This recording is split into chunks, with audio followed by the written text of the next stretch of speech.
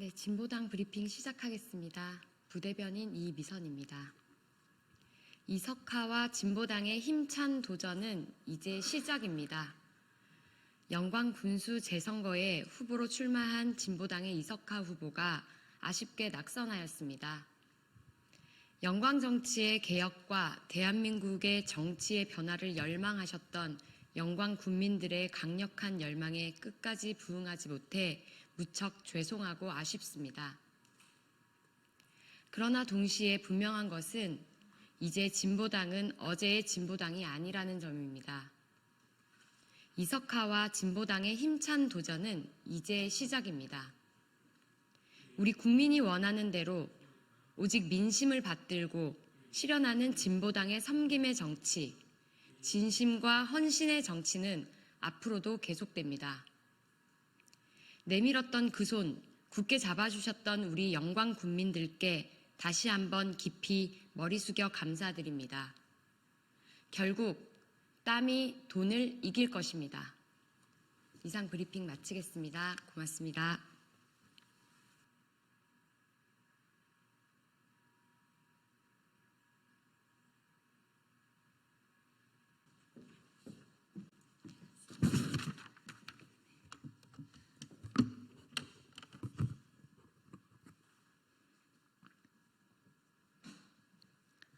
정치를 새롭게, 복지를 강하게 사회민주당 대변인 임명희입니다.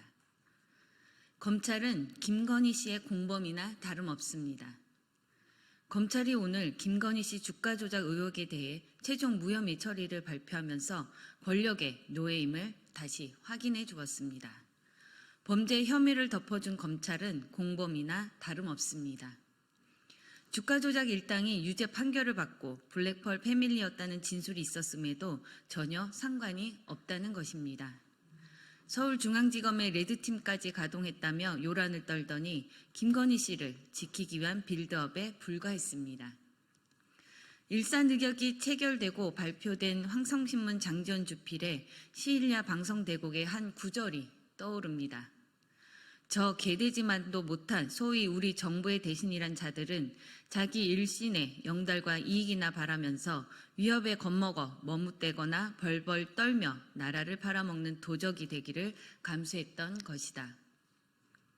나라를 팔아먹은 것은 아니라고 하겠지만 이토록 참담한 검찰의 노예 근성에 탄식만 나올 뿐입니다.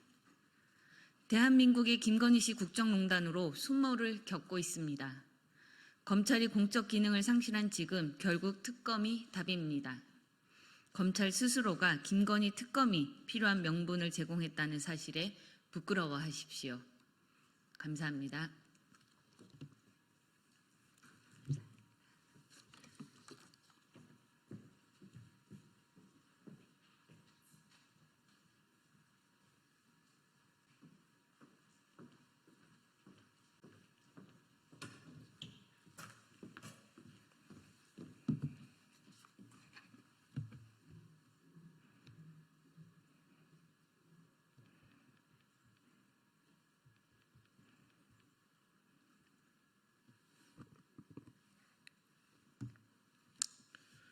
안녕하십니까. 개혁신당 수석대변인 김성렬입니다.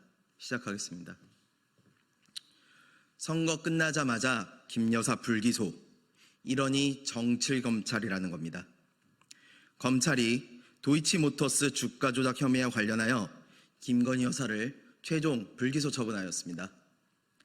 보궐선거 당선증이 채 교부도 되기 전에 먼저 김 여사에 대해 면죄부를 부여했습니다.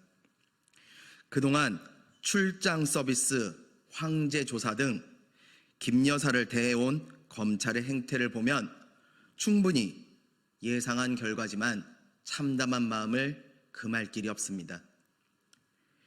그것도 보궐선거가 끝나자마자 기다렸다는 듯이 김 여사 불기소를 발표하는 것은 그야말로 국민을 능멸하고 우롱하는 작태입니다. 이러니 정치검찰 소리를 듣지 않을 수 없습니다. 국민들은 검찰 출신의 윤석열 대통령을 뽑으면서 정당한 법 집행과 공정한 법치주의를 기대했습니다. 그러나 현실은 법 위에 군림하는 언터처블 영부인과 그로 인해 무법 천지의 나라가 되어버렸습니다. 이미 기대는 무너졌습니다. 이제 국민들이 뽑은 대통령이 무식한 오빠가 아니기만을 바라고 있을 따름입니다. 정치권이 민생을 걱정해야 하는데 오히려 국민들이 나라를 걱정해야만 하는 상황입니다. 정말 나라가 걱정입니다. 감사합니다.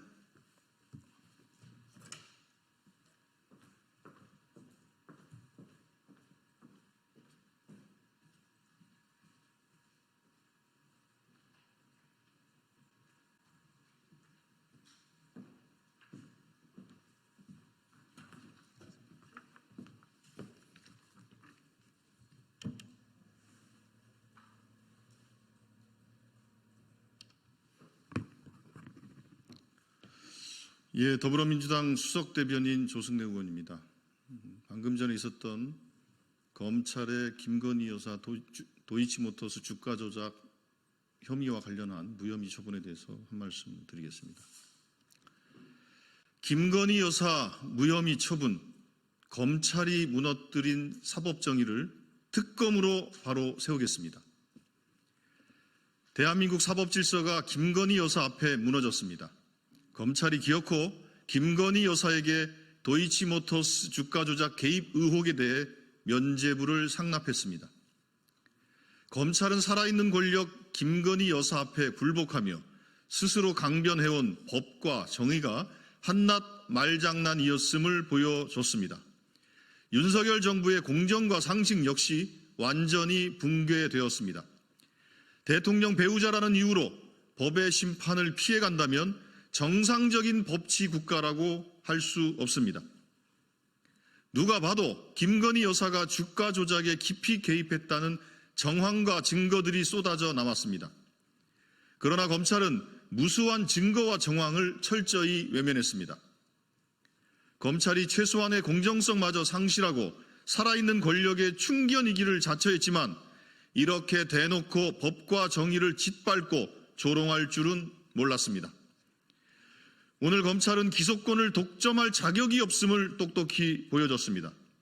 국민께서 부여한 사법정의 실현의 책임을 철저히 거부한 검찰은 스스로 존재 이유를 부정했습니다. 이제 국민 누구도 검찰이 법 앞에 공정하다고 믿지 않으실 겁니다. 하지만 검찰의 면죄부 처분은 특검의 기폭제가 될 것입니다. 검찰이 최소한의 사법정의마저 외면한 지금 특검만이 모든 진상을 규명할 유일한 길입니다. 더불어민주당은 오늘 더욱 강화된 특검법을 발의했습니다. 윤석열 정권이 이마저 거부한다면 국민의 외면 속에 파멸의 길을 걷게 될 것입니다. 더불어민주당은 김건희 여사의 모든 죄상을 낱낱이 밝혀 법의 심판대에 세우겠습니다. 사법 정의가 살아있음을, 민주공화국 대한민국의 주권자는 국민임을 똑똑히 보여주겠습니다. 다음입니다. 명태균 블랙홀의 유일한 탈출구는 이실직고입니다. 윤석열 대통령 부부가 더 이상 도망갈 곳은 없습니다. 대통령실이 명태균 씨와 진실 공방을 벌이며 헤어나올 수 없는 수렁으로 계속 빠져 들어가고 있습니다. 거짓말로 거짓말을 덮으려다 스스로 제 발목을 잡은 격입니다. 오빠 논란은 블랙 코미디의 절정입니다. 대통령실은 그 오빠는 대통령이 아니라 친오빠라고 둘러댔지만 명태균 씨가 곧바로 스토리 봐라, 대통령이잖아 라고 반박했습니다. 명태균 씨는 김건희 여사와의 대화는 에피타이저라며 대통령과의 연락을 까버리겠다고 벼릅니다. 대통령실은 명태균 씨의 협박에 우왕좌왕할 뿐 납득할 만한 해명을 내놓고 있지 못하고 있습니다. 어떻게든 명태균 씨의 입을 막아보려던 홍준표 대구시장, 김재원 최고위원 등 여권 인사들도 꼬리를 내리고 있습니다. 명태균 씨의 입을 막고 김건희 여사를 카메라 앞에서 숨긴다고 해결될 사태가 아닙니다. 명태균 씨가 아니라 윤석열 대통령 부부가 문제입니다. 공천 개입과 여론 조작 의혹은 정권의 정통성을 뿌리부터 흔들고 있습니다. 비선 실세들이 인사와 국정에 개입한 정황까지 나오고 있습니다. 민주주의 유린에 더해 국정농단이라니 한탄만 나옵니다. 이러고도 수사를 피하기를 바랍니까? 더 이상 현실을 부정하지 말고 사태를 직시하기 바랍니다. 명태균 블랙홀의 유일한 탈출구는 이실직고입니다. 이제 더 이상 대통령실의 해명을 믿는 국민은 없습니다. 국민의 신뢰 상실은 국정의 붕괴로 이어지고 있습니다.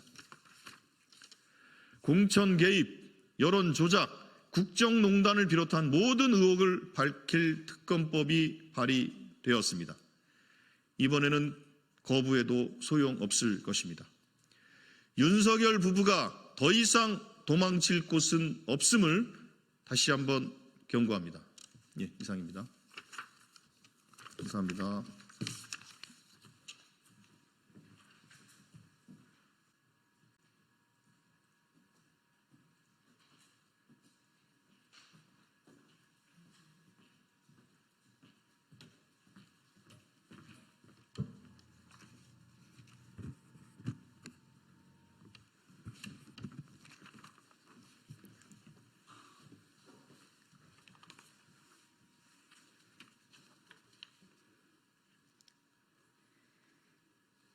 안녕하십니까. 개혁신당 부대변인 이유원입니다.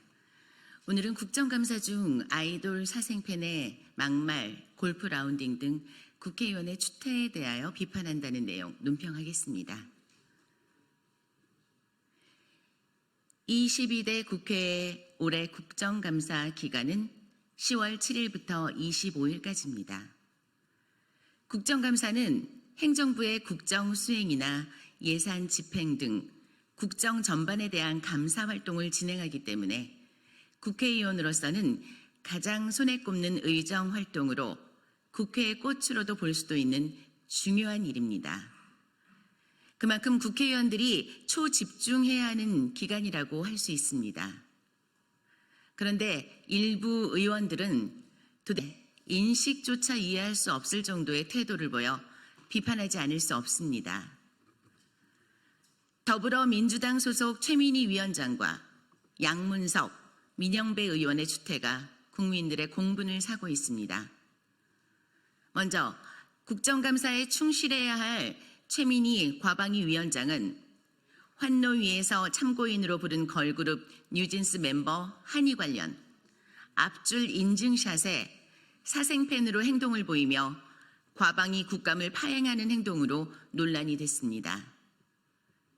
개혁신당 이기인 수석 최고위원의 SNS 언급을 인용해 보겠습니다. 민희 위원장님, 이러고 사진 찍지 마시고 과방위 준비하세요. 정말 보도된 사진만 봐도 긴 말할 것 없이 진짜 한숨이 나옵니다. 막마랑 대표 양문석 의원은 어떻습니까? 양 의원은 지난 10일 문체위 국감에서 지난해 김건희 여사와 무형유산 원로 문화생의 오찬 간담회 당시 국악인들이 가야금 연주 등 공연을 한 것에 대해 이분들이 기생인가, 기생집을 만들어놨다라고 거친 비하 발언을 쏟아냈습니다. 이에 국악계 이명희 명인과 이영희 명인과 신영희 명창 등 국악인 20여 명은 국회에서 기자회견을 열어 사과를 요구했고 며칠 지나서야 본인의 SNS에 반성하는 글을 올렸습니다. 그리고 민주당 민영배 의원은 국감 기간을 휴가 기간으로 오해하셨는지 골프를 쳐서 당 윤리심판원에 회부되기도 했습니다. 정말 가짜뉴스 아닐까 싶을 정도로 눈살이 찌푸려지게 만드는 품격 제로 언행들입니다. 이렇게 신중하지 못한 처신에 우리 국민들은 국회의원에 대한 신뢰를 가질 수 있겠습니까? 이런 행태를 지켜보고 있노라면 이번 국정감사도 결국 아니오시다로 끝날 확률이 높은 것 같습니다. 일주일여 남은 국감 기간에는 여야 모두 당리당략이 아닌 나라의 위기 극복과 국론 통합을 이끌어낼 수 있는 국정감사로 국민들의 기억 속에 남을 수 있기를 간절히 기대합니다. 개혁신당은 국민만 바라보며 국정감사에만 충실하겠습니다. 감사합니다.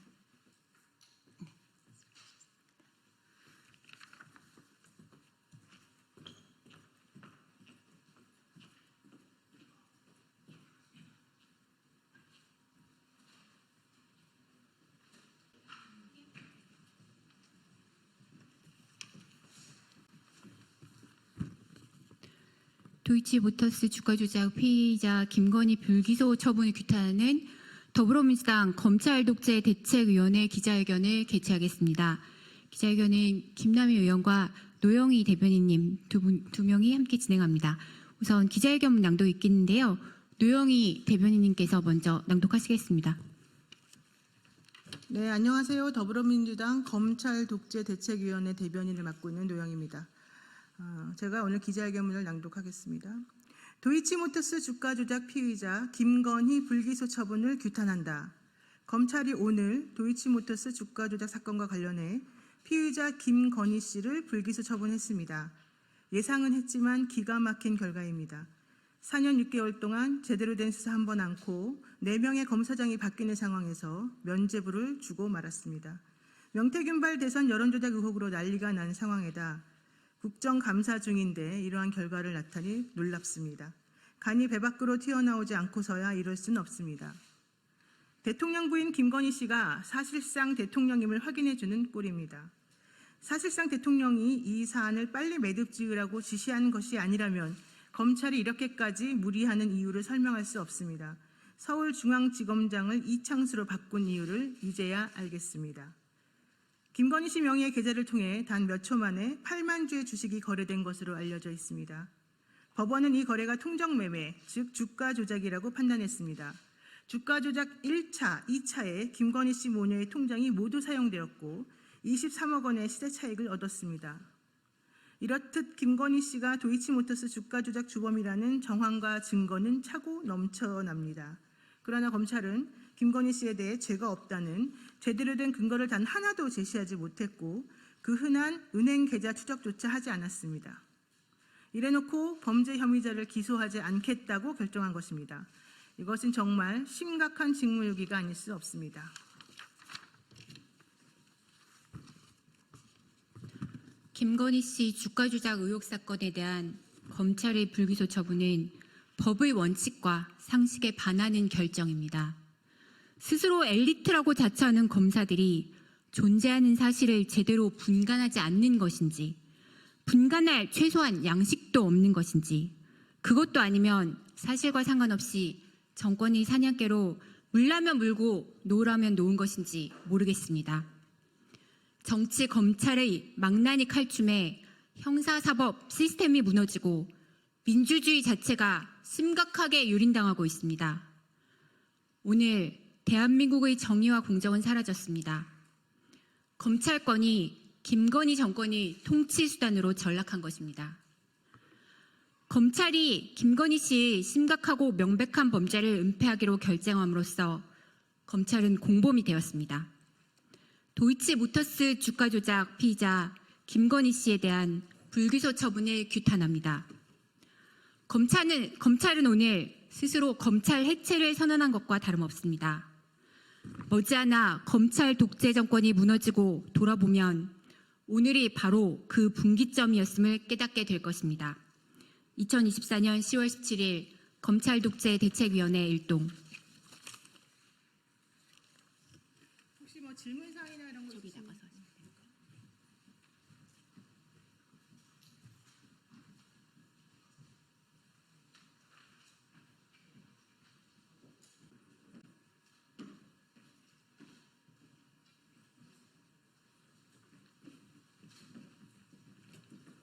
서가지고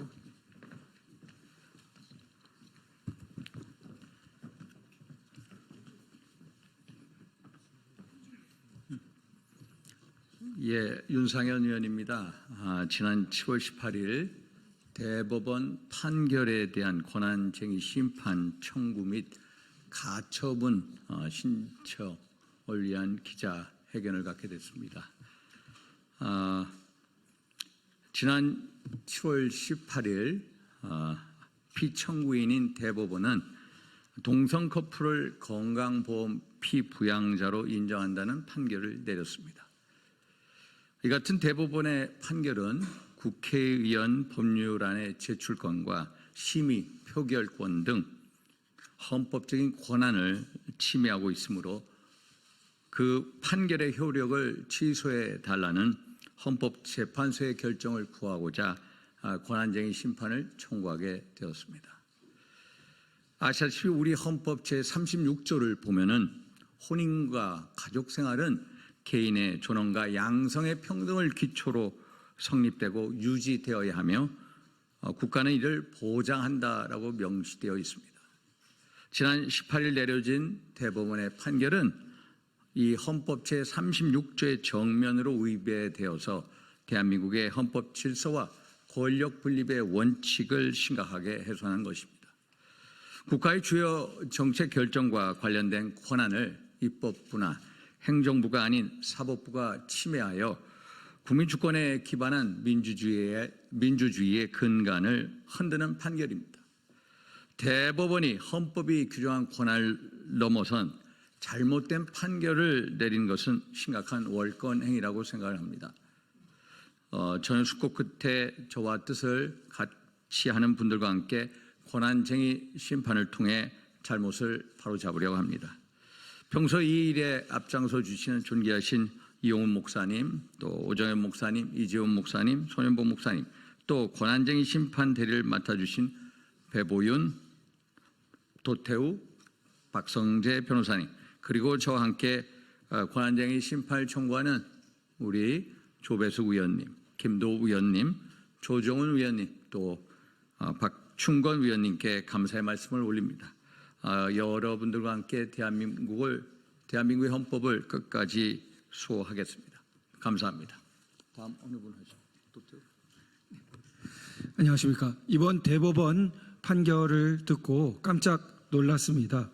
입법 없이 동성혼을 합법화하는 문을 열고 있다고 생각했기 때문입니다. 우리 동성혼 합법화의 입법을 통해서 문이 높자 소수 고위직 법관을 통해서 사실상의 법 형성을 하는 그러한 흐름이 이렇게 있어 왔고 그것이 작용한 것으로 생각되었습니다. 이것은 국회 입법권을 침해하고 혼인 헌법상 조항을 위배하는 심각한 2중 3중의 헌법 파괴였습니다. 그래서 이것을 고민하다가 저는 우리 배보윤 변호사님을 비롯한 법조 선배님들의 고견을 구하고 또 손현보 목사님을 비롯한 이 주제에 오래도록 투신해 오신 많은 교계의 원로들을 또 만나 뵀습니다.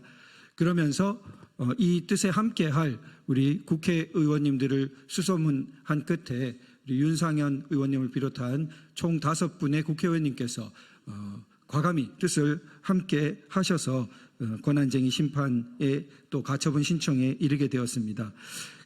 상세한 내용을 기자회견문 낭독으로 조금 발표드리겠습니다. 저는 대한민국 헌법 질서를 사랑합니다. 대한민국 헌법 질서가 개인의 근본적 자유를 보호하기 때문입니다. 개인의 근본적 자유를 보호하는 대표적인 헌법 원리는 권력 분립 원리입니다. 입법부는 법률을 제정하지만 재판을 담당할 수 없고 사법부는 헌법과 법률에 따라 재판하되 법률을 제정할 수는 없습니다. 법을 제정하는 힘과 법을 적용하는 힘이 한 사람의 손에 주어진다면 무서울 것이 없어져서 잘 될 리가 없기 때문입니다.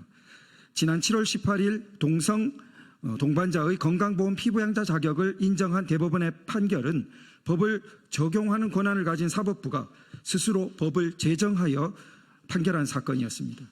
이는 개인의 근본적 자유를 보호하기 위한 삼권 분립 원리를 심각하게 훼손하는 행위입니다. 이 판결이 바로잡히지 못한다면 삼권의 견제와 균형에 의한 개인의 자유 보호는 사라지고 힘의 지배가 법치를 대치하게 될 것입니다. 사랑하는 대한민국 헌법 질서가 무너지게 될 것입니다. 이 판결이 가진 또 하나의 심각한 위헌성에 대해 말씀드리겠습니다. 대한민국 헌법 질서는 일남 일녀 양성의 평등에 기초하여 혼인과 가족생활 보호를 천명하고 있습니다. 헌법상 혼인은 일남 일녀의 결합이며 법률은 남녀의 혼인을 전제로 배우자라 쓰고 있습니다. 그러나 본 판결은 동성의 동반자 관계를 남녀가 사실혼 관계에 있는 경우와 동등하게 보고 평등 원칙을 적용하였습니다. 헌법에는 양성평등에 기초한 혼인이라 되어 있는데 양성이 아닌 동성의 결합을 양성이 결합한 사실혼과 같은 차원으로 보고 평등 원칙을 들이댄 것입니다. 구체적이고 명확한 헌법 규정이 있는데 법관들이 헌법 위에 서서 헌법을 마음대로 주무르는 모습이라 하겠습니다. 권력분리 원리와 양성평등에 기초한 혼인 보호 원리는 모두 대한민국의 번영된 미래를 떠받쳐 나갈 위대한 헌법 원리입니다. 헌법재판소는 속히 가처분 결정을 내려 헌법 파괴적인 이번 대법원 판결의 효력을 정지시켜 주시기 바랍니다. 본 판결에 대한 효력 정지를 통해 헌법 질서의 혼란과 파괴가 중단되고 입법부인 국회에 의해 적법 절차에 따른 합헌적인 입법 논의가 진행될 수 있기를 간절히 바랍니다. 권한쟁의 및 가처분 신청 대리인 도태우였습니다. 네, 전국청년연합 바로서다 김정희 대표입니다. 저희 성명서를 발표하도록 하겠습니다. 최근 대법원이 동성 커플의 건강보험 피부양자 자격을 인정하면서 사법부의 권한 남용과 사법적 입법에 대한 비판이 커지고 있다. 사법적 입법이란 법원이 입법부가 다루어야 할 문제를 판결을 통해 해결하면서 판례를 통하여 사실상 새로운 법 규정을 만드는 경우를 말한다. 이는 입법부의 권한을 침해할 위험이 있어 삼권 분립에 어긋난다는 비판을 받는다.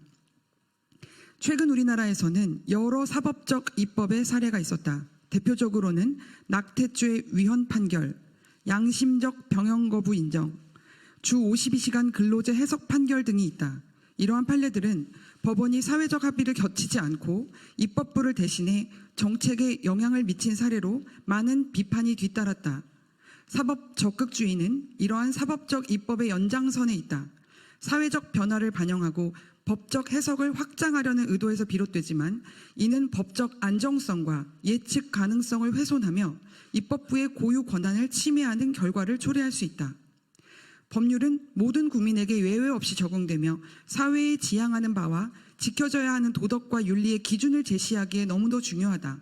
또한 법률은 필연적으로 국민의 자유권을 제한하는 측면이 있기에 법률을 제정할 권리는 국민의 선택을 받은 국회의원들에게 그 권한과 책임이 부여되는 것이다. 그럼에도 국민에게 입법권을 부여받지 않는 사법부가 사법 적극주의, 사법적 입법으로 입법에 지나치게 개입하는 것은 분명 문제가 있으며 심각한 부작용이 뒤따를 수밖에 없다. 더구나 이번 대법원 판결은 동성 커플의 건강보험 피부양자 자격을 인정하며 처음으로 동성 동거인의 법적 권리를 명시적으로 인정한 사례로 헌법에 심각하게 위배된다. 헌법 36조 1항은 혼인과 가족생활은 개인의 존엄과 양성의 평등을 기초로 성립되고 유지되어야 한다고 명시하고 있다. 이에 따라 동성 커플의 법적 부부로 인정하는 것은 헌법이 규정한 혼인의 개념에 반하기에 이번 판결을 두고 헌법 정신과 자유민주주의 삼권 분립의 원칙을 훼손했다는 논란이 거세게 이어지고 있다. 동성 커플의 법적 지위와 건강보험 제도의 변경은 남성과 여성으로 이루어진 전통적 가족 제도의 근간을 흔들고 가족을 중심으로 구성된 기존 사회보장제도의 근본을 뒤흔드는 판결로 이는 반드시 사회적 합의를 통해 입법부가 결정해야 할 사안이라는 것이다. 이번 판결로 인해 법원이 입법부의 영역에 개입해 자유민주주의의 핵심 원칙인 삼권 분립이 훼손되었다는 우려가 제기되고 있다. 이에 우리 청년들은 동성 커플의 법적 지위를 인정하는 이번 판결이 헌법에 명시된 가족제도를 붕괴시키고 사회적 질서에 미칠 부정적 영향을 우려하며 사법부의 사법적 입법을 강하게 규탄한다. 또한 앞으로 건강한 가정을 수호하고 헌법 정신과 자유민주주의를 지키기 위해 사회적 목소리를 내는 활동을 지속할 것을 다짐한다. 네, 안녕하십니까. 저는 저의 자랑스러운 조국 대한민국을 사랑하는 미국 변호사 김자훈입니다. 서구권은 장구한 세월 동안 기독교, 유대 세계관이라는 튼튼한 반석 위에 찬란한 문명을 꽃피워왔습니다. 특히 1517년 종교개혁을 통해 개인이라는 개념이 등장한 이래 전 세계가 칭송에 맞지 않는 인권이 눈부시게 발전했습니다. 하지만 인권이 너무 발전한 까닭일까요? 서구는 어느 순간부터 인권이 아닌 것을 인권으로 부르기 시작했습니다. 이는 이른바 프랑스 68혁명의 영향 때문인데 68혁명의 핵심은 서구가 자랑하던 프로테스탄티즘의 영향으로 형성된 서구적 근대성의 해체였기에 반기독교적 색채를 띨 수밖에 없었습니다. 그렇기에 그들은 기독교에서 중시하는 남자와 여자의 구분과 한 남자와 한 여자가 이루는 가정의 해체를 이루기 위해 최선을 다했습니다. 그러고 마침내 그들의 지난한 노력은 서구권, 제도권 안에서도 열매를 거두었습니다. 미국도 예외는 아니었으며 그 열매가 맺히기까지 결정적인 역할을 한 것은 다름 아닌 미국의 사법부였습니다. 정치적으로 편향된 미국의 법관들은 연방과 각 주의 법원에서 사법권을 행사하여 조금씩 기존의 질서를 잠식해 나갔습니다. 그리고 마침내 미국의 연방대법원은 2015년에 판결한 오버즈펠 사건에서 자유라는 미명 아래 동성혼 합법화를 승인했습니다.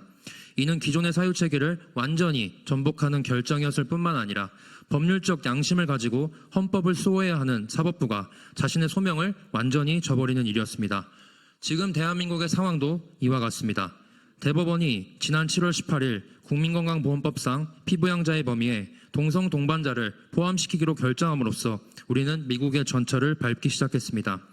이 판결은 미국의 사례에서 볼 수 있듯이 단순히 동성 동반자에게 피부양자의 지위를 주는 것이 아니며 동성혼 합법화의 수순을 밟는 판결입니다.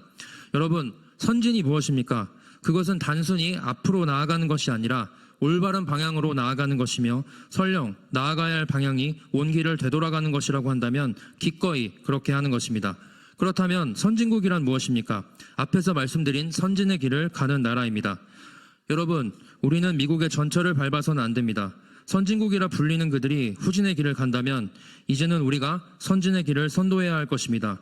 이 위대한 회군을 통하여 대한민국의 선진화를 함께 완성합시다. 감사합니다.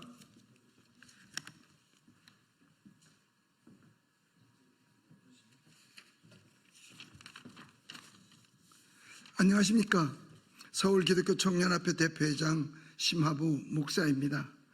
우리 대한민국이 수많은 역경을 이겨내며 오늘의 아름다운 나라가 되었듯 대한민국의 국민인 저 역시 지금까지 수많은 고난과 역경, 도전에 여기까지 왔습니다.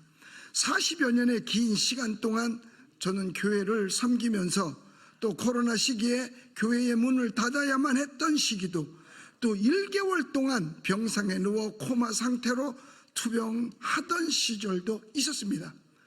그런데 하지만 지금 우리가 직면한 이 위기는 제가 겪은 어떤 위기의 모든 순간을 아무것도 아니게 할 만큼 근본적이고 치명적인 위협입니다. 그래도 대한민국은 사람으로 지켜야 할 도덕의 기준, 마약, 동성애, 동성호, 근친혼, 매춘을 법으로 막아서 지켜왔습니다. 이 기준이 파괴되면 사회는 무너지게 되고 사회만 무너지는 것이 아니라 알뜰살뜰 행복한 가정마저도 무너지게 되며 나라의 위기도 초래할 수 있다고 볼 수 있습니다. 개인과 가정과 교회와 국가의 터전 그 자체를 지키는 헌법을 지금 대법원이 흔들고 있는 것입니다. 그것이 바로 동성 동반자를 사실혼 배우자와 같이 건강보험 피부양자로 인정하는 판결을 내린 사실입니다. 가장 지켜져야 할 도덕적 기준과 헌법적 기준을 파괴하고 있는 것입니다. 어떤 법관의 말입니다.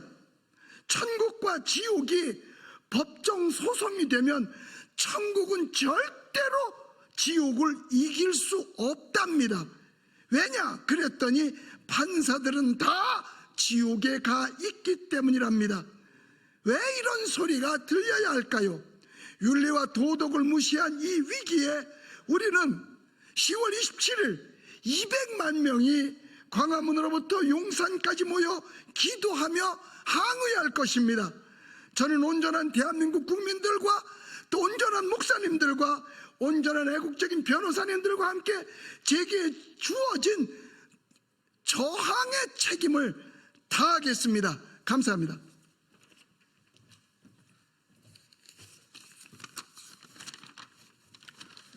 안녕하십니까. 좋은나무교회 담임목사 이강우라고 합니다. 저는 어렸을 때 우리 마을에 불도저가 하나 들어오는 것을 봤습니다.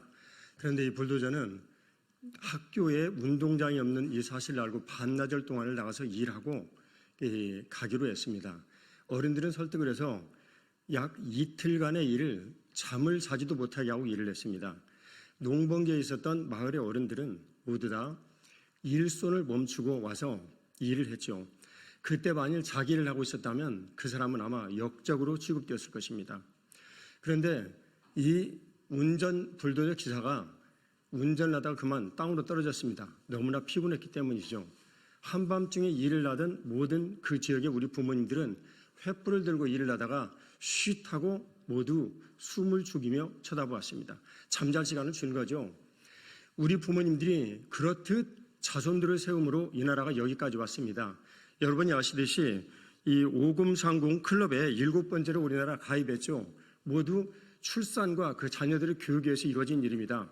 근데 이 문제가 2050년이면 인구 절벽이 되어 국가 존립의 위기가 닥친다라고 말을 합니다. 또 어떤 그 사람들은 모두 통계에 의해서 조사한 내용을 이렇게 말을 합니다. 미국과 캐나다가 동성혼 간의 이 사실을 인정한 이후에 출산율이 매우 격감을 했다라고 말을 합니다. 우리의 자산은 누가 뭐라고 얘기를 해도 인적 자산입니다. 이 하나님께서 보장하신 출산에 대한 이 인적 자산이야말로 우리가 앞으로 미래를 설계할 수 있는 유일한 근거가 됩니다. 이 유일한 근거에 대해서 대법원에서 동성 간의 의료보험 피부양자에 대한 이 판결의 문제는 재고가 되어야 합니다. 감사합니다.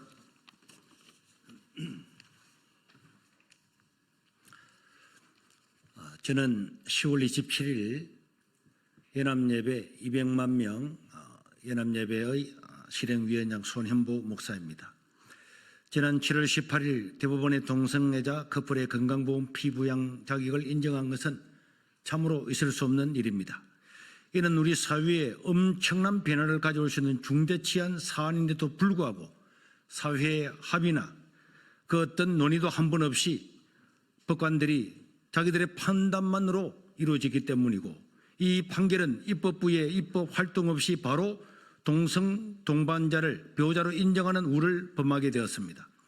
즉 동성애자라는 개별 사건으로 인해 국회에서 민법 등 가족관계법을 중심으로 치열하게 사회적으로 논의한 혼인관계나 배우자에 대한 우리 사회 근간이 사회적 논의에 기반하지 아니하고 이렇게 바뀌어져 버린 것입니다. 이것은 명백히 국회의원의 입법권을 침해한 사건입니다. 이럴 바에는 국회가 왜 했습니까? 법관들이 다 하면 되지 않겠습니까? 이제 국민연금까지도 이 기준에 의해서 지급된다면 이제는 배우자, 가족관계의 실제적인 변화를 가져올 수 있는 엄청난 사안인데도 불구하고 이런 것들을 사회적인 합의 없이 법관들 몇 명들이 바꾼다고 하는 것은 있을 수 없는 일입니다. 국민연금의 수급권자도 배우자의 법적으로 명시를 다 하고 있습니다. 이 모든 것들은 국회에서 우선적으로 충분하게 논의가 되고 또 사회적인 합의를 기초로 해서 이루어져야 마땅하다고 생각합니다. 지금 우리나라는 건강보험도 엄청나게 기금이 모자라고 있습니다. 그것뿐만 아니라 출산율도 확 떨어지고 있는데 이렇게 동성애를 조장하는 법이 아닐 수가 없습니다. 동성애자들을 통해서 에이즈가 99% 일어난다고 하는 것은 질병청에 바로 통계도 나와 있습니다.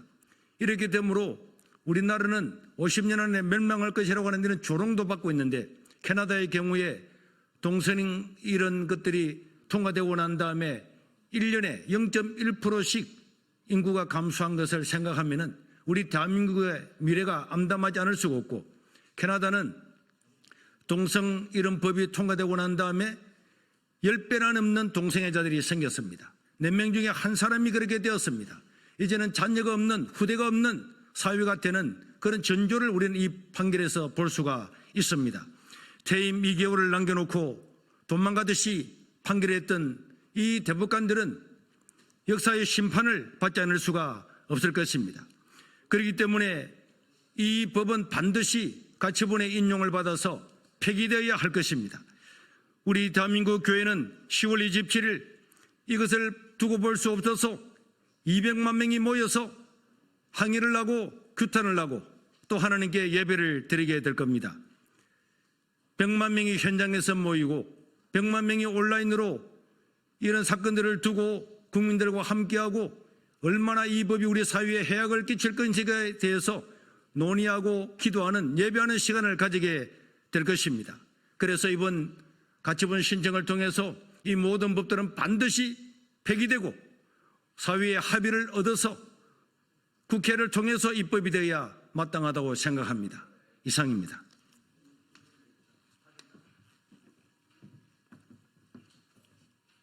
네, 배보현 변호사입니다.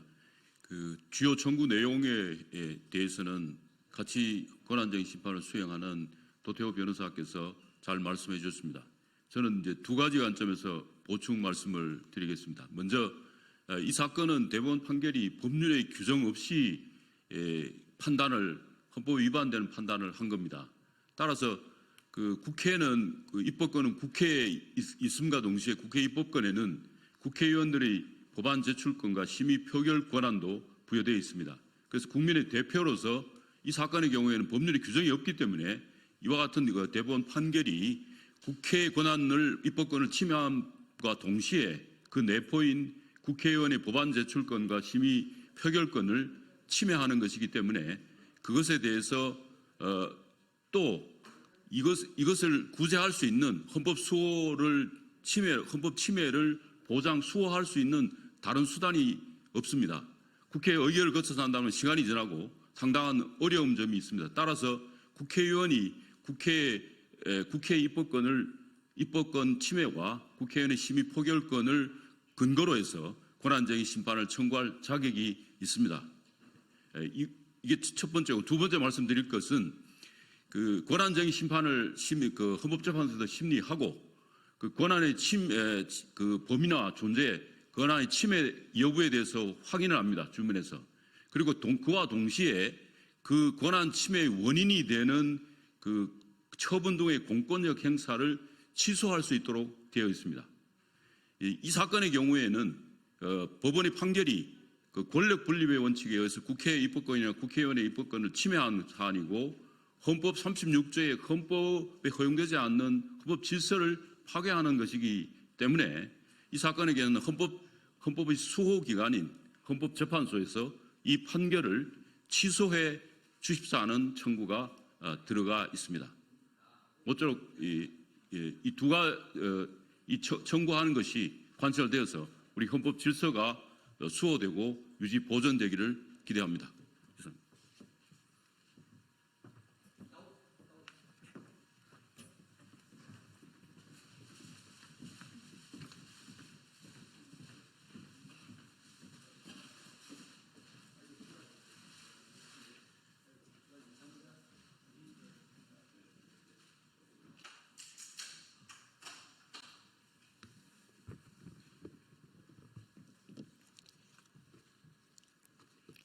네, 진보당 브리핑 시작하겠습니다. 부대변인 이미선입니다. 그럼 이태원 참사의 책임은 누구에게 있다는 겁니까? 오늘 이태원 참사 대응부실 혐의 김광호 전 서울경찰청장의 무죄가 선고되었습니다. 재판부는 국가가 국민의 생명, 신체를 보호하고 질서 유지 기능을 잘 수행할 것이라는 신뢰가 처참히 무너졌다며 피고인들에게 정치적, 도의적 책임이 있다고 질타는 했지만 김 전 청장 등이 사고 대응 단계, 사고 당시 모두 업무상 주의 의무를 위반하지는 않았다고 판단했습니다. 재판부의 판결 내용을 뜯어보면 더 의아합니다. 다중의 위험 자체를 어느 정도 예상할 수 있었을 경찰이 소수의 질서 유지 전담 인력을 배치하지 않아 생긴 피해의 책임은 그럼 누구에게 있단 말입니까? 사회적 재난을 방지할 필요성이 있는 국가기관이 규정이나 매뉴얼을 추상적으로 운영하는 것은 그럼 누구의 잘못입니까? 국민들의 안전은 누가 지키는 겁니까? 서울경찰청장은 지휘 감독권자 아닙니까? 과거에 공동정범을 인정했던 참사와 이태원 참사에 대한 판결의 차이는 무엇입니까? 서울 한복판에서 158명이 희생되었는데 죄는 없다니요. 큰일 났다고 신고한 사람들의 신고를 받고 조처를 취하지 않은 경찰이 죄가 없다니요.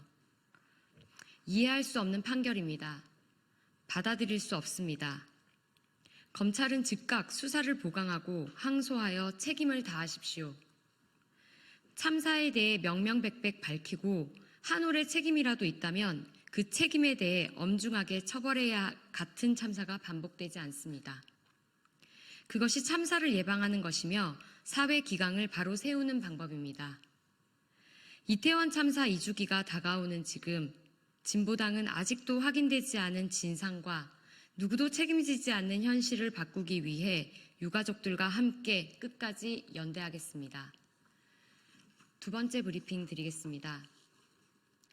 배달판 티몬 위메프 사태, 만나플러스 미정산 사태 철저히 조사하십시오. 배달대행 서비스 만나플러스의 미정산 사태가 넉 달 동안 해결되지 못하고 있습니다. 배달기사들은 지난 6월부터 제때 보수를 받지 못하고 있으며 출금 제한이 걸려 있습니다. 배달기사들뿐만 아니라 자영업자들 또한 피해자로 이미 수개월째 정산되지 않은 금액이 묶여 있습니다. 피해 규모는 85억 원에 달하는 것으로 추정됩니다. 또한 회사가 21억 3천만 원에 달하는 고용 산재보험료를 체납한 사실까지 확인되었습니다. 그런 와중에 만나플러스를 운영하는 만나코퍼레이션은 기존 피해자에 대한 보상도 없이 새로운 법인명으로 배달대행 사업을 확장하려 한다는 것이 드러나고 있습니다. 티몬 위메프 사태를 통해 확인한 방식 그대로입니다. 배달기사들과 자영업자들이 상품을 제공하고 받은 정당한 돈이 만나코퍼레이션 경영진의 무분별한 경영에 따라 여기저기 흘러가 결국 융통할 자금이 없어진 것입니다. 이 피해를 왜 넉 달째 피해자들이 짊어지고 있어야 합니까? 검찰은 피해자들의 요구대로 해당 업체를 즉각 철저히 수사해야 합니다. 불법을 명명백백 밝히고 당장 멈추게 해야 합니다. 피해자들이 온전히 보상받도록 강력하게 책임을 물어야 합니다. 유사한 더 많은 피해자가 발생하지 않도록 막아야 합니다. 플랫폼 시장이 점점 더 커지고 있지만 아직도 우리 사회의 법과 제도는 여전히 미비합니다. 결국 피해는 현장에서 일하고 있는 노동자와 자영업자들이 보는 현실입니다. 진보당은 플랫폼 업체의 부당한 횡포들이 없어지도록 현장의 목소리를 담아 법과 제도를 개선하는 데 더욱 힘쓰겠습니다. 이상 브리핑 마치겠습니다. 고맙습니다.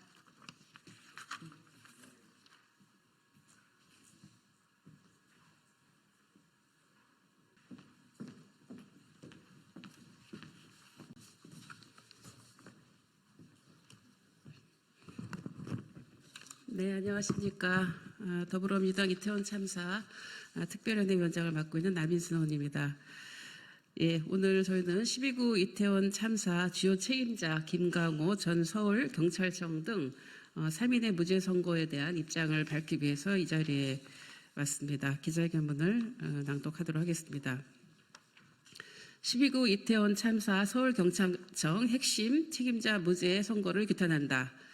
12구 이태원 참사 부실 대응 혐의로 재판에 넘겨진 김강호 전 청장을 비롯한 서울경찰청장 핵심 책임자 3인이 오늘 1심에서 무죄를 선고받았습니다.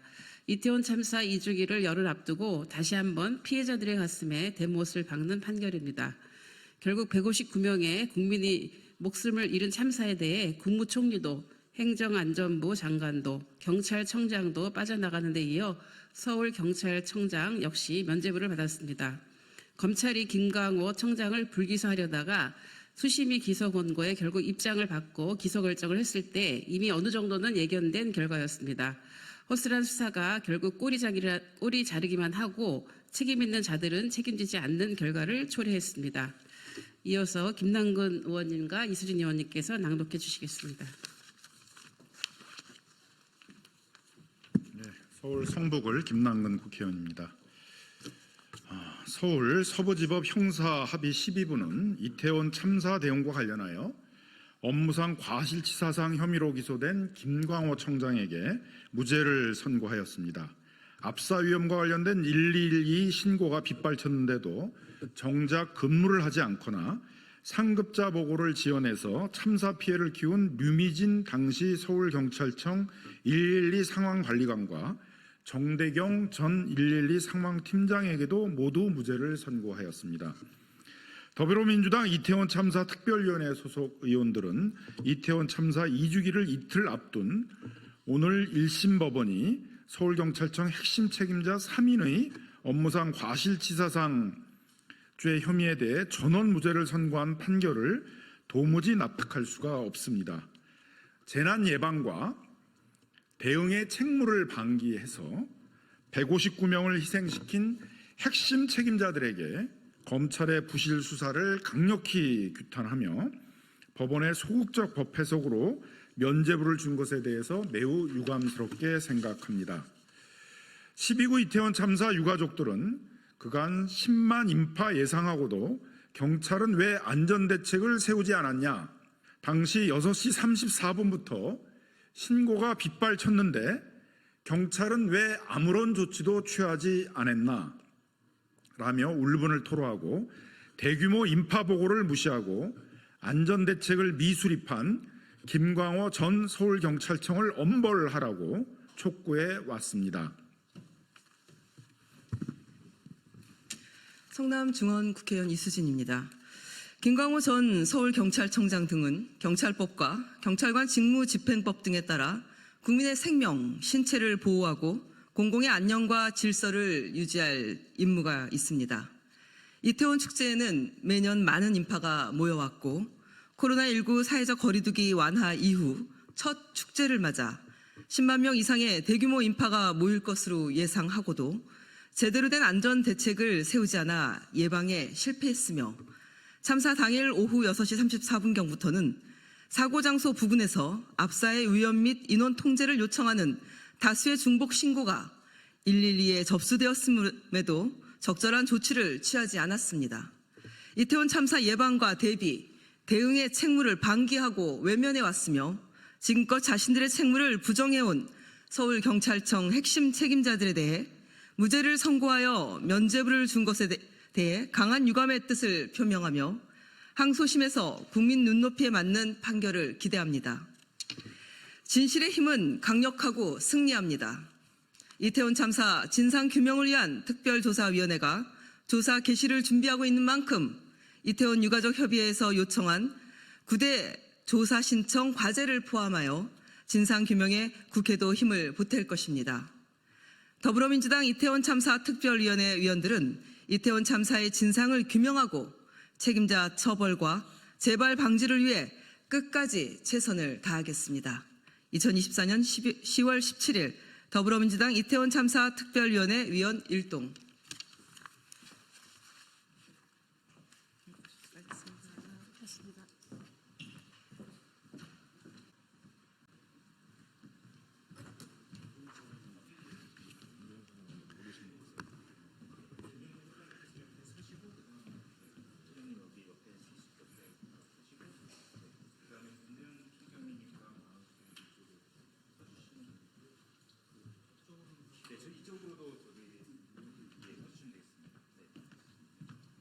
선거는 23일이죠. 예, 23일부터 선거입니다. 23, 24.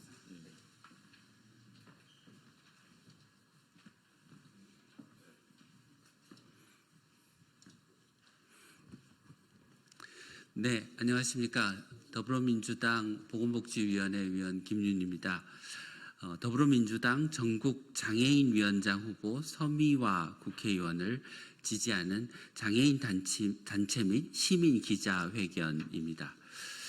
오늘은 앞서 말씀드린 것처럼 서미화 후보를 지지하는 장애인 단체와 시민 모임에서 주관한 회견으로 참석자분들의 지지 발언과 기자회견문 낭독 순서대로 진행되겠습니다.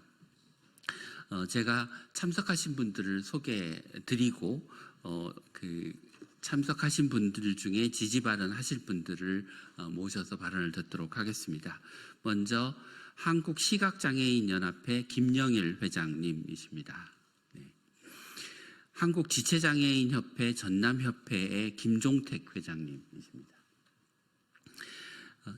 전국장애인부모연대 윤종술 대표님이십니다. 네, 못 오셨다고 합니다. 장애우 권익문제연구소 김치훈 소장님이십니다.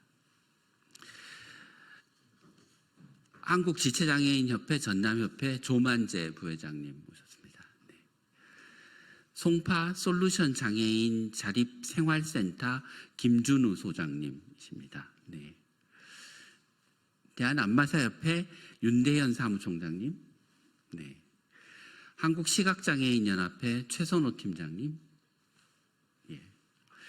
한국지체장애인협회 전남협회 정희기 부회장님 모셨습니다. 네. 그러면 한국시각장애인연합회 김영일 회장님 말씀 듣도록 하겠습니다. 안녕하십니까. 소개받은 한국시각장애인연합장 김영일입니다. 오는 23일부터 실시될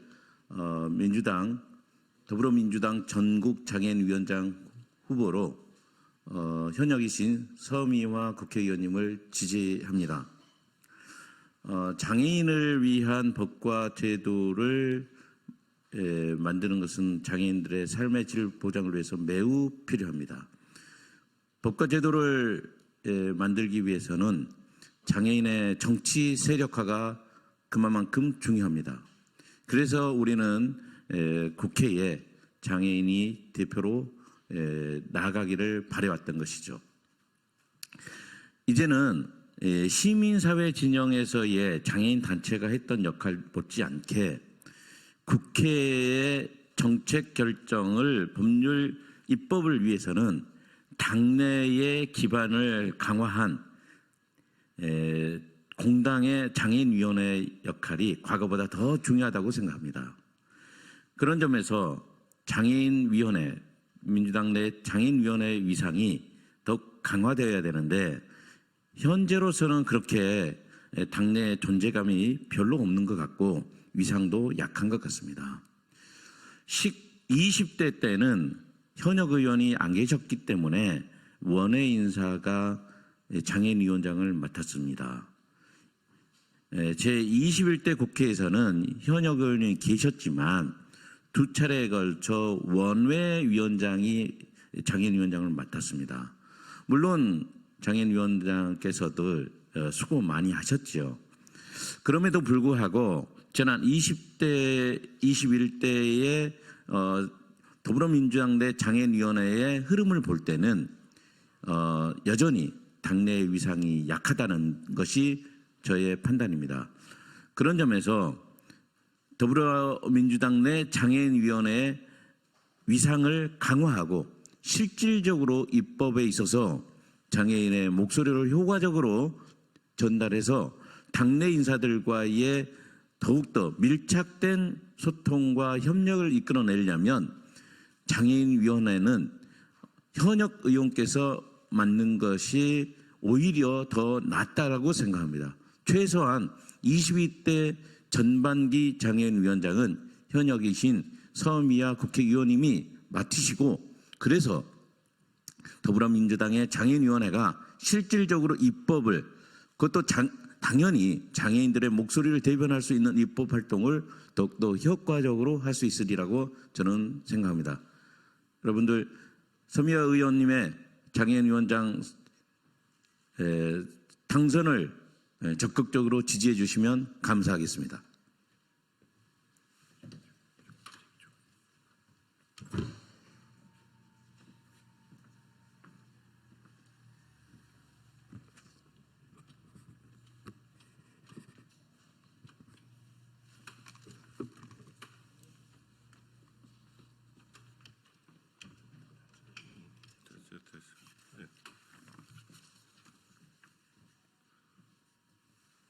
안녕하십니까. 한국지체장애인협회 전남협회장 김종태입니다.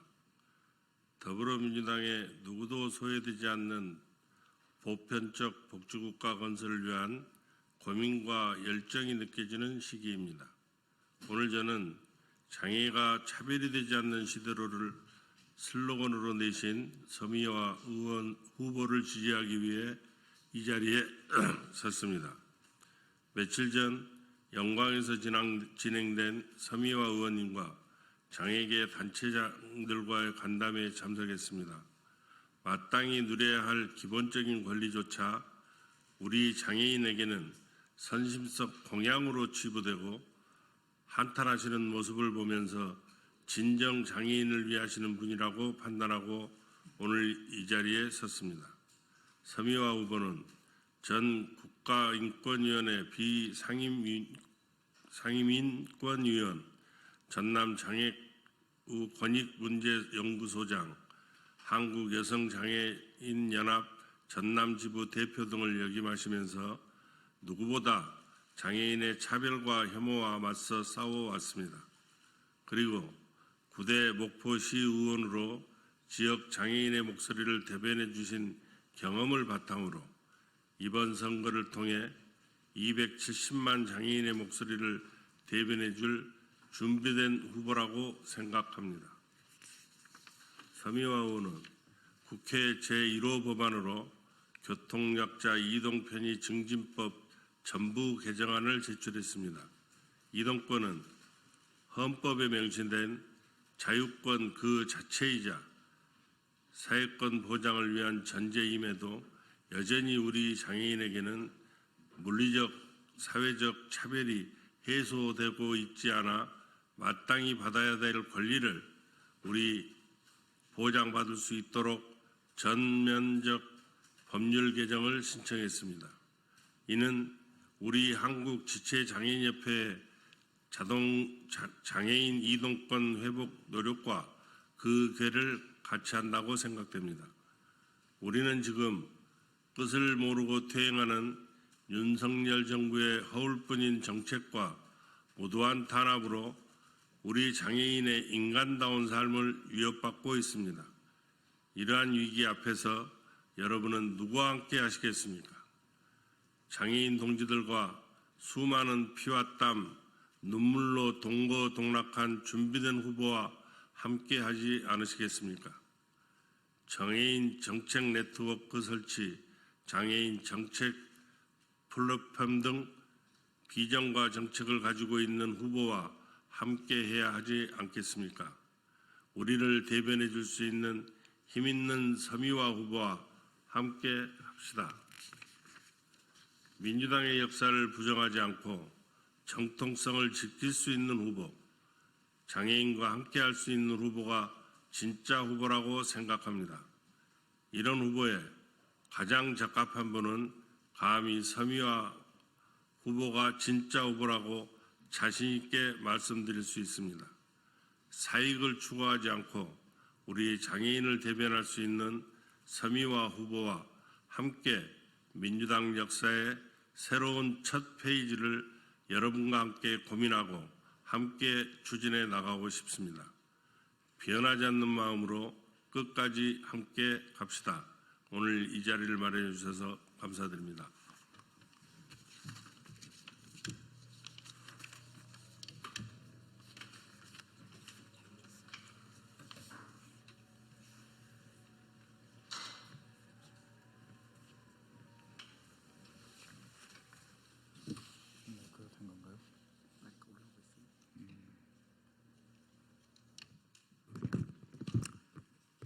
네, 안녕하십니까. 대한안마사협회 사무총장 윤대현입니다. 대한안마사협회는 더불어민주당 전국장애인위원장의 서미화 후보를 지지합니다. 대한안마사협회는 서미화 후보를 국회의원 당선인 때부터 만났습니다. 서미화 후보는 누구보다 진정성 있게 시각장애인 안마사가 처한 현실을 공감하고 제도 개선을 약속해 왔습니다. 특히 고 장성일님 사건에 있어서는 누구보다 먼저 현장으로 달려와 해결을 모색하셨습니다. 정당의 장애인 위원장이라 함은 그 자질과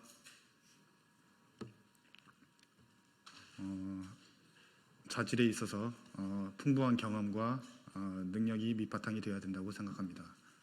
서비아 후보는 누구보다 진정성 있게 우리 시각장애인 안마사들에게 고 장성민과 같은 사건이 더 이상 일어나지 않도록 재발 대책을 약속하셨고 또한 진정으로 가슴 아파하셨습니다. 그래서 저희는 서미아 후보를 더불어민주당 전국장애인 위원장으로 지지합니다. 감사합니다.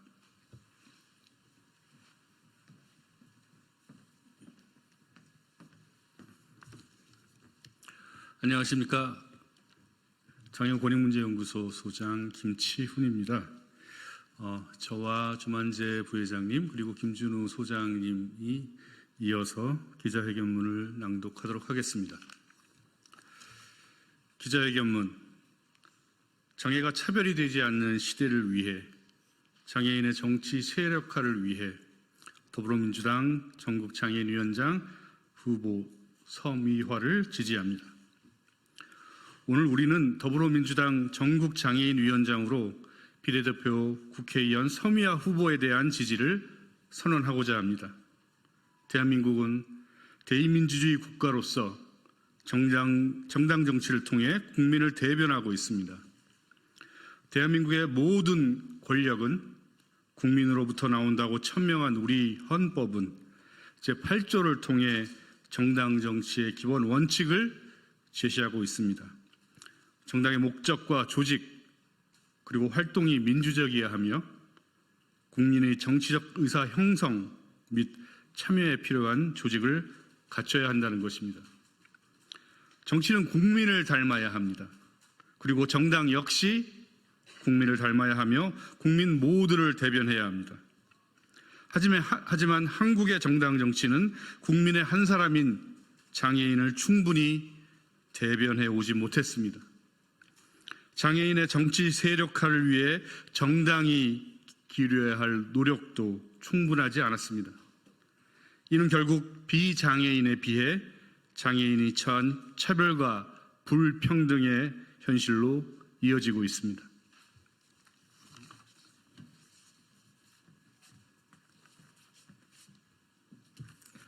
안녕하십니까. 전남지체장애인협회 부회장 조만재입니다. 정당은 국민의 정치적 의사 형성을 위해 필요한 조직을 갖추고 있습니다. 그 중에 하나가 사회적 계층 및 부문별 위원회이며 장애인 당원과 시민을 대변하는 장애인위원회입니다. 정당의 장애인위원회는 우리 정치에서 장애인의 정치 세력화를 위한 핵심 조직입니다. 장애인위원회의 이상이 곧 우리 정치에서 장애인의 이상이라고 할 것입니다. 원내 다수당이자 제1야당인 더불어민주당 내 장애인위원회의 중요성은 아무리 강조해도 지나치지 않습니다. 장애인 정책을 선도하고 책임 있게 추진해야 하는 책무가 더불어민주당 그리고 장애인위원회에 있습니다. 우리가 더불어민주당 전국장애인위원장 선거에 주목하는 이유이기도 합니다. 우리는 더불어민주당 전국장애인위원장으로 서미화 후보가 적임자라고 생각합니다. 서미화 후보는 지난 20여 년간 현장에서 장애인의 권리 보장을 위해 헌신적으로 활동해 왔습니다. 더불어민주당 소속으로 목포시 의원 활동을 했으며 국가인권위원회 인권위원을 역임했습니다.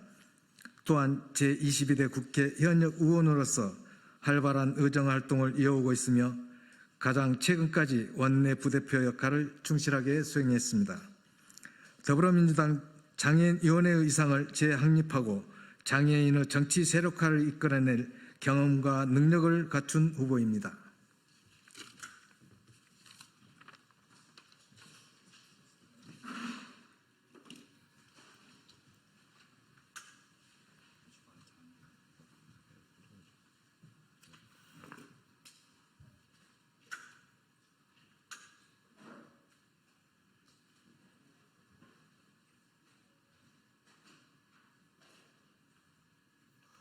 더불어민주당 전국장애위원장은 장애위원과 영역을 막론하고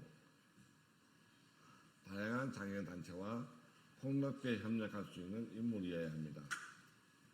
무엇보다 장애 당사자의 입장에서 장애 정책을 선도하고 책임있게 추진할 수 있어야 합니다.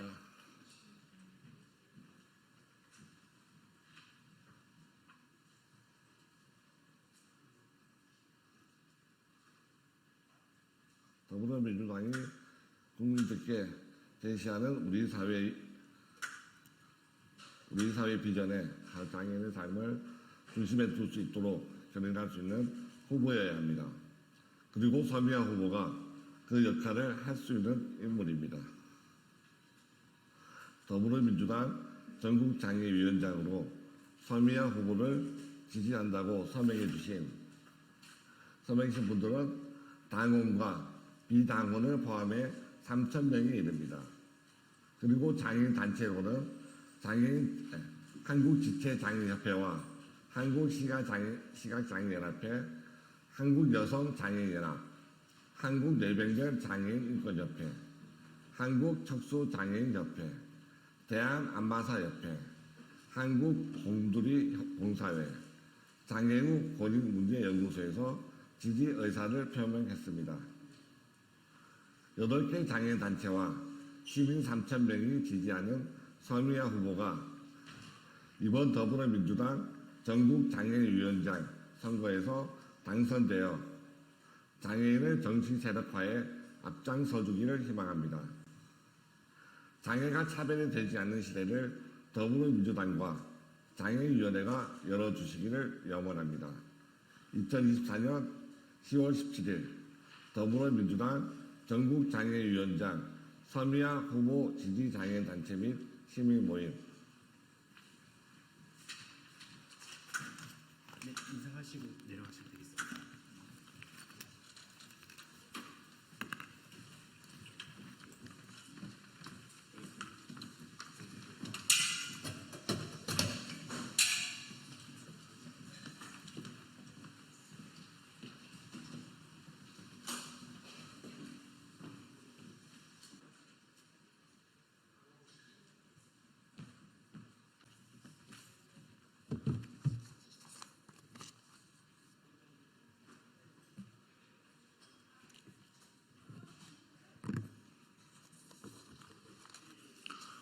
국민의힘 10월 17일 오후 논평 시작하겠습니다. 저는 국민의힘 대변인 송영훈입니다. 여론조사 개혁에 관련된 논평 시작하겠습니다. 여론조사가 민주주의를 왜곡하는 현실이 이번 선거에서도 확인되었습니다. 여론조사를 전면 개혁할 때입니다. 이번 기초단체장 보궐선거 사전투표 첫날이었던 지난 11일 아침 김어준 씨가 대표로 있는 여론조사 업체 여론조사 꽃에서 부산 금정구청장 보궐선거 여론조사를 공표했습니다. 국민의힘 윤일현 후보가 민주당 김경지 후보에게 3.2% 뒤처지는 것으로 발표되었습니다. 하지만 실제 선거 결과는 국민의힘 윤일현 후보의 22% 차 승리였습니다. 선거 5일 전 공표된 여론조사 결과가 실제 선거 결과와 순위가 뒤바뀐 것은 물론이고 득표율에서도 무려 25% 이상 차이가 났습니다. 김어준 씨가 대표로 있는 여론조사 꽃이 선거가 임박한 시점에 공표했던 여론조사 결과가 실제 선거 결과와 큰 차이를 보였던 사례는 한두 번이 아닙니다. 단적으로 여론조사 꽃은 지난 22대 총선 사전투표 첫날이었던 4월 5일 아침 부산 사을 국민의힘 조경태 후보가 민주당 이재성 후보의 7.9%나 뒤처진다는 결과를 발표했습니다. 그러나 닷새 후 실제 선거 결과는 국민의힘 조경태 후보의 13.2% 차 압승이었습니다. 김어준 씨가 대표로 있는 회사의 여론조사 결과와 실제 득표율의 차이는 무려 21.1%에 달했습니다. 이쯤 되면 이런 여론조사를 여론조사라고 불러도 되는지 의문이 들 지경입니다. 참으로 개탄스러운 현실입니다. 여론조사가 아니라 여론조작이 아니냐.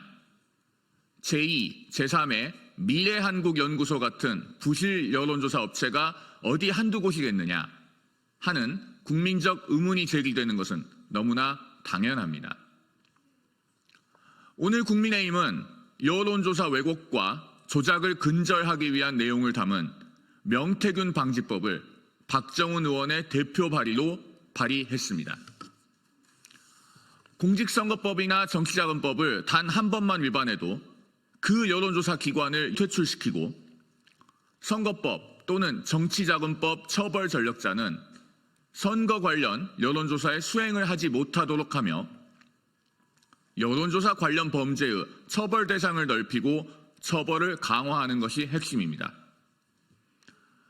국민의힘은 여론조사라는 허울로 민주주의를 왜곡하는 구태정치와 단호히 결별하겠습니다.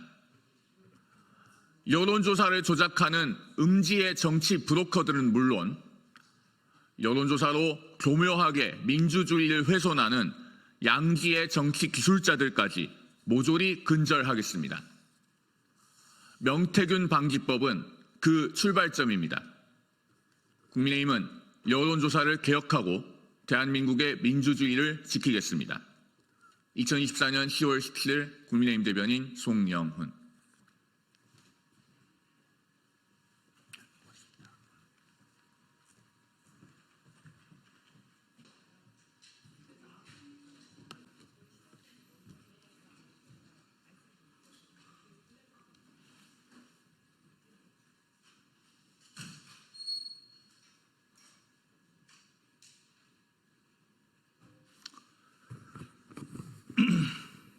더불어민주당의 김건희 심판본부장을 맡고 있는 김민석 수석 최고위원입니다.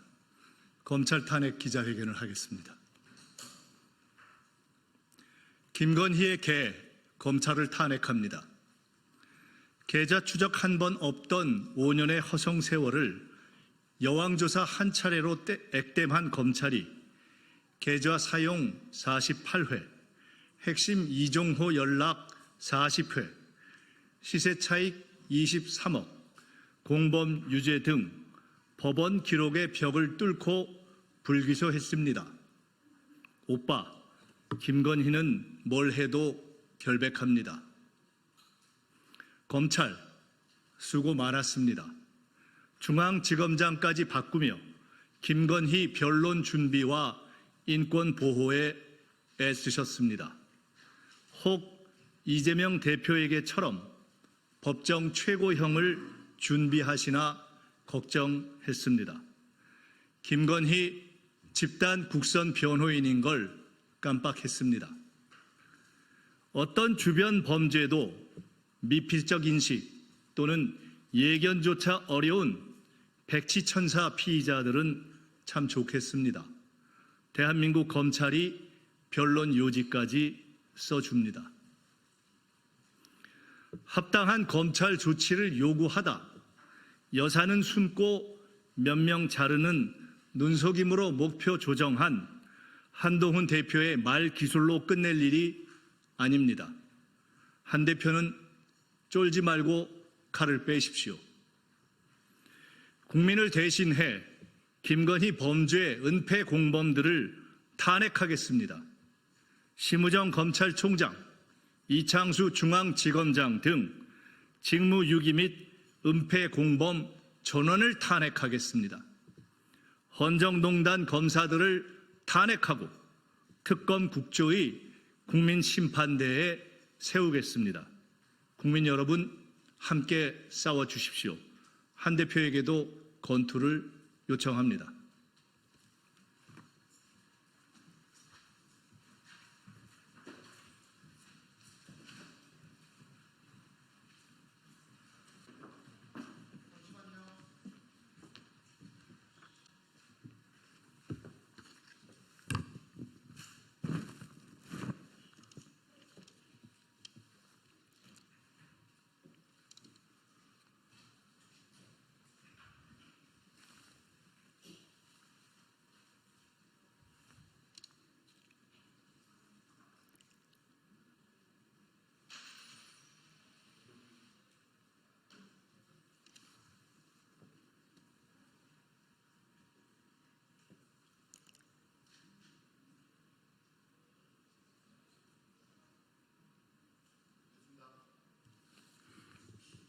다시 시작하겠습니다. 개혁신당 부대변인 이혜숙입니다. 오늘의 브리핑은 10% 지지받은 정근식 서울시 교육감 당선자, 90% 무언의 유권자 메시지는 교육개혁입니다. 정근식 서울시 교육감 후보가 50.22%의 득표로 당선되었습니다. 진보 진영에서는 서울시 유권자가 네 번째 연이어 진보 교육감을 선택해 주었다고 환호를 하며 득표율이 역대급이라고 하지만 냉정하게 따져보면 투표율이 23.5%에 불과하고 거기에서 절반 수준의 득표를 했으니 고작 전체 유권자의 10%의 지지로 당선된 것입니다. 그렇다면 오히려 진보 진영은 유권자에게 지난 20여 년의 교육 정책을 사죄하고 반성해야만 합니다. 서울 지역의 90% 유권자 다수가 진보 교육감을 신뢰할 수 없다고 반대하거나 무언으로 심판한 것이기 때문입니다. 게다가 정근식 당선자는 당선 소감 일성으로 조희연 전임 교육감 교육을 계승하겠다고 하니 아직도 무언의 메시지가 무엇인지 파악하지 못하고 있는 듯합니다. 문제는 지난 20여 년간 진보 진영 교육 환경에서 성장해온 우리 아이들이 과연 경쟁력 있는 글로벌 인재로 육성되었는지, 또 인성교육에 있어 상식 수준은 갖추고 성장되었는지에 대한 평가입니다. 교육은 백년지 대계라고 합니다. 모름지기 지난 20여 년간 인구 1000만 도시의 교육을 주도하고 한 해 13조 예산을 결정하는 교육 소통령을 자처했다면 냉정하게 현재 20살이 된 서울 청년의 교육 성과는 진보 진영이 온전히 책임져야 할 결과입니다. 그런데 어떻습니까? 때문에 선거제도의 개혁이 필요합니다. 직선제를 유지하더라도 결선 투표제를 도입하여 정치적 예합을 막아야 하고, 젊은 후보들의 진입을 막고 있는 현행 자격 요건을 바꾸어서 유능한 인재들이 선거에 나설 수 있도록 해야만 합니다. 그래야 교육 본의에 맞는 충실성과 정치적 중립성이 지켜질 수 있습니다. 개혁신당은 인재가 자산인 대한민국에서 미래를 책임지는 교육개혁에 앞장설 것입니다. 또한 다수의 국민과 유권자의 목소리를 진솔하게 듣고 용기 있게 대변하는 정당이 되겠습니다. 감사합니다.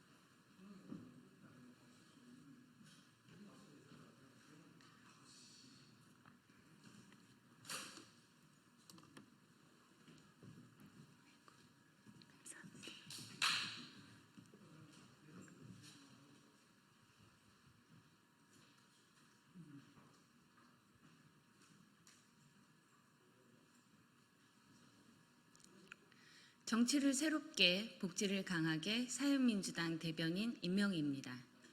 첫 번째 브리핑 시작하겠습니다.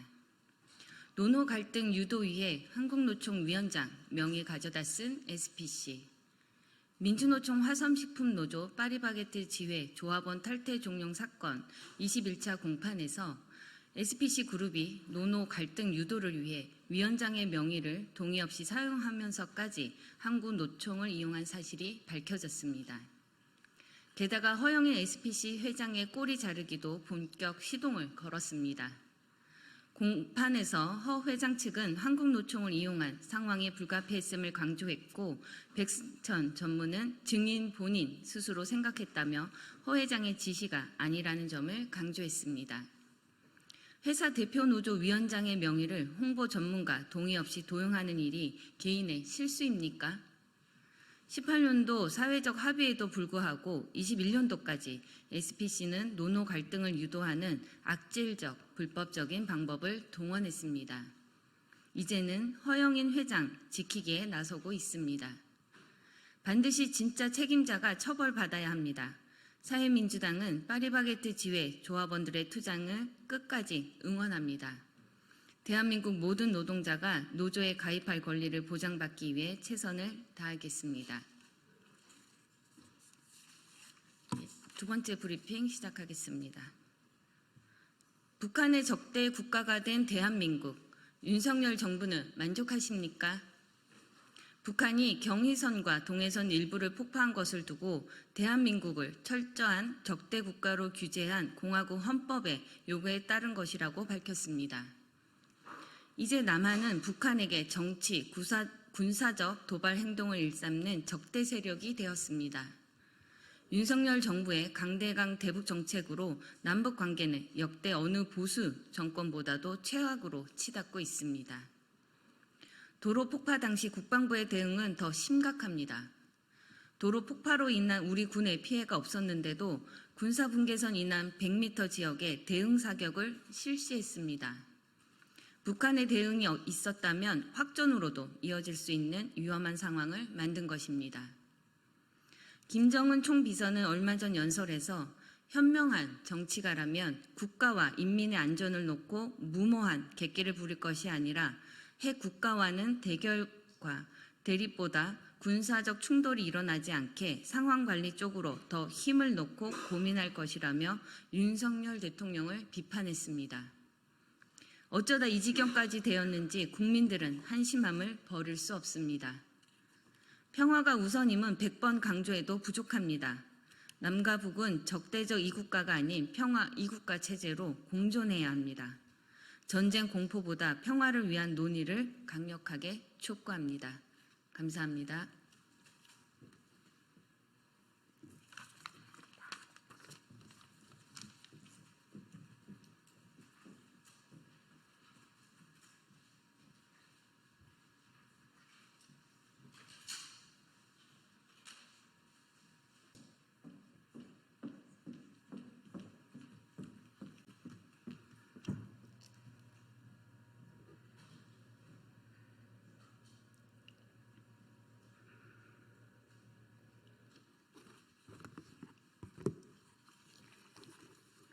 브리핑 있습니다. 더 빠르게, 더 강하게, 더 선명하게 행동하겠습니다. 조국혁신당 대변인 강미정입니다. 권력바라기 검찰은 윤김 공동정권과 함께 몰락할 것이다. 오늘 검찰이 기어코 대한민국 최고 권력자인 김건희 씨의 도이치모터스 주가 조작 사건을 무혐의 처분했습니다. 2019년 7월 윤석열 검찰총장 후보자의 인사청문회 과정에서 당시 자유한국당 김진태 의원의 의혹 제기로 시작돼 2020년 4월까지 관련 자본시장법 위반 고발 뒤 4년 넘게 검찰이 전전긍긍하며 들고 있던 사건입니다. 조국혁신당은 검찰의 무혐의 처분의 최상급의 유감을 표명하는 바입니다. 아울러 정치검찰의 노골적인 권력 바라기 행태를 강력하게 규탄합니다. 무혐의 처분 시점도 참 묘합니다. 검찰은 내일 서울중앙지검 국정감사를 앞두고 있습니다. 조국혁신당과 더불어민주당 등 야당들과 한판 뜨겠다고 노골적인 선전포고를 한 것입니다. 무수한 증거와 검찰이 재판부에 제출한 의견서 역시 김건희 씨의 주가 조작 관여를 명확하게 가리키고 있는데도 검찰은 눈을 질끈 감고 4년 동안 봐줄 국리에만 골몰했습니다. 주가 조작은 결국 돈을 벌기 위해 하는 거 아닙니까? 한국거래소 자료를 보면 김건희, 최은순 모녀는 23억 원 상당의 수익을 올렸다고 합니다. 검찰이 법기술을 발휘하고 현란한 언사로 무혐의 처분을 해도 어떤 국민이 이걸 납득하겠습니까? 검찰의 이런 결론은 김 씨가 부른 장소로 출장 가서 휴대폰을 압수당하고 불러주는 대로 받아 적을 때부터 예견된 결과였습니다. 검찰은 다시는 법과 원칙을 입에 올리지 말기를 바랍니다. 윤석열 정권도 공정과 상식 같은 공허한 소리를 주절거리지 말기를 바랍니다. 역사는 반복됩니다. 검찰이 2007년 BBK 주가 조작 사건을 무혐의 처분해준 덕분에 대통령에 당선될 수 있었던 이명박은 결국 다스의 실소유주임이 밝혀졌습니다. 검찰이 김학의 사건을 무혐의 처분했지만 김학의는 결국 수뢰로 구속됐습니다. 정의가 부족하게 남아 뒤늦게 실현된 거죠. 그러나 검찰의 흑역사는 다시는 반복되지 못할지도 모릅니다. 국민의 신뢰를 잃은 검찰의 권력 바라기식 김건희 씨 무혐의 처분은 검찰이 권력의 똥게임을 스스로 증명하면서 존재 이유를 부정한 것이기 때문입니다. 국민들께서는 검찰개혁의 필요성을 다시금 절감하셨을 겁니다. 검찰의 해체와 근본적 재건축, 김건희 씨에 대한 특검만이 해답입니다.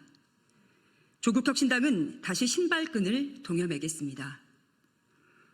검찰을 중대범죄수사청과 공소청으로 분리해내겠습니다. 그래서 최고 권력자의 눈치를 보면서 수사 결과로 장난치지 못하게 만들겠습니다. 김건희 종합특검법의 통과에 매진하겠습니다. 3년은 너무 길다 특별위원회, 탄추위를 중심으로 김건희 씨의 죄상을 낱낱이 밝혀 단죄하고 무너진 법치주의를 다시 반석 위에 올려놓겠습니다.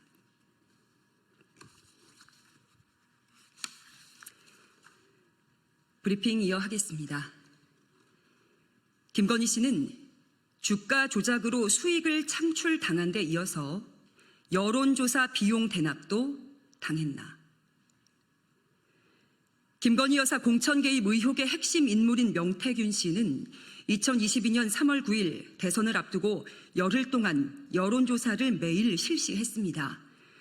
오로지 윤석열 당시 후보에게 보고하기 위해 실시된 겁니다.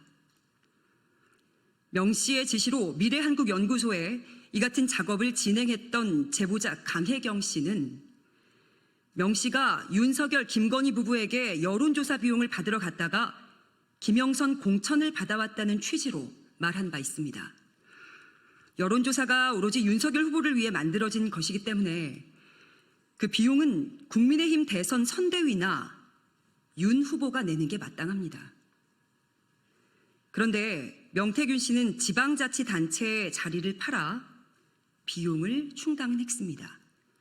이른바 매관 매직이자 공천 헌금입니다. 한겨레의 오늘 보도를 보면 명 씨는 여론조사 비용과 관련해서 돈은 모자라면 미래한국연구소 소장에게 얘기해서 기억이고 니은이고 디귿한테 받아오면 된다라며 추가적으로 돈을 받아오라. 내가 그거 돌린다고 다 공지했다. 돈 달라 해야지 라고 말합니다. 기억씨, 니은씨, 디귿씨는 당시 2022년 6월 지방선거 국민의힘 예비 후보자들이었습니다. 그 사람들이 수천만 원을 선한 마음으로 기부했겠습니까?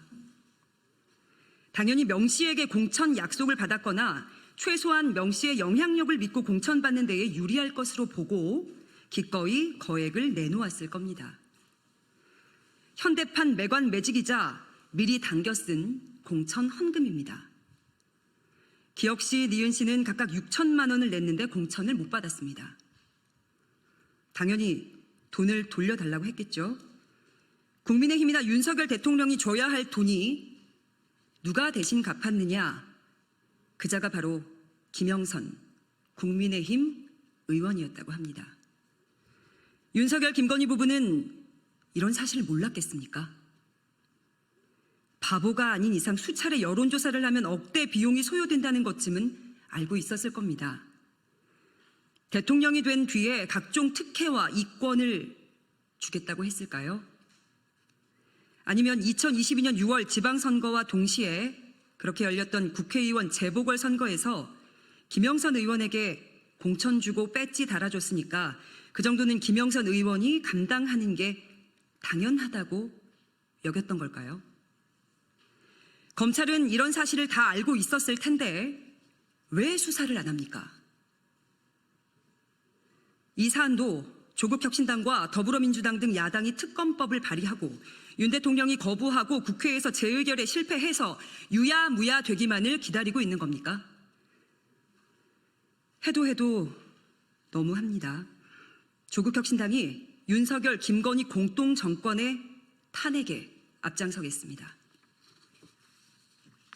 고맙습니다.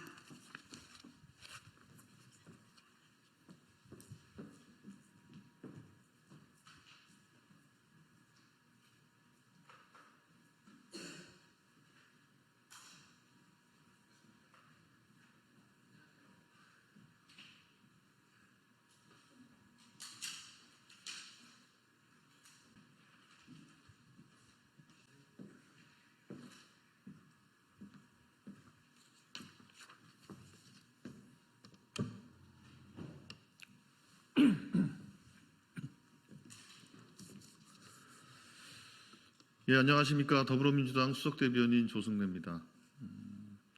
오늘 MBC PD수첩에 대해 방송통신위원회가 내린 과징금 처분에 대해서 서울행정법원이 위법하다고 판단했습니다. 관련해서 말씀드리도록 하겠습니다. 윤석열 정부는 반쪽 방통위를 이용한 언론 장악 시도를 즉각 중단하십시오. 오늘 서울행정법원이 방송통신위원회가 MBC PD수첩에 대한 과징금 처분이 위법하다고 판결했습니다. 사필 규정입니다. 불법과 반칙으로 점철된 윤석열 정부의 언론 장악 시도에 맞서 상식을 재확인한 법원의 판단을 환영합니다. 오늘 법원 판결의 핵심은 2인 방통위가 불법이라는 것입니다. 그동안 각종 가처분 신청에서도 확인됐던 2인 방통위의 위법성을 본안소송에서도 확인한 첫 판결입니다. 윤석열 정부는 국회가 추천한 방통위원 임명을 거부하고 자신들의 입맛에 맞는 방통위원들만 임명해 기형적인 방통위를 운영했습니다. 반쪽 방통위를 만들어 자신들의 입맛대로 휘두르려는 속내였습니다. 반쪽 방통위를 통해 윤석열 정부가 자행한 일들을 보면 그 의도가 명확합니다. 공영방송 이사를 멋대로 해임하고 YTN 지분을 팔아치우고 비판 언론에는 제재를 남발했습니다. 언론 장악 야욕 외에는 그 무엇으로도 설명되지 않습니다. 윤석열 정부는 반쪽 방통위를 이용한 언론 장악 시도를 즉각 중단하십시오. 윤석열 대통령은 지금이라도 사과하고 방통위 정상화에 협조하기 바랍니다. 아울러 법원이 2인 방통위가 내린 나머지 위법 행위에 대해서도 현명한 판단을 내려주기를 기대합니다. 예, 이상입니다. 감사합니다.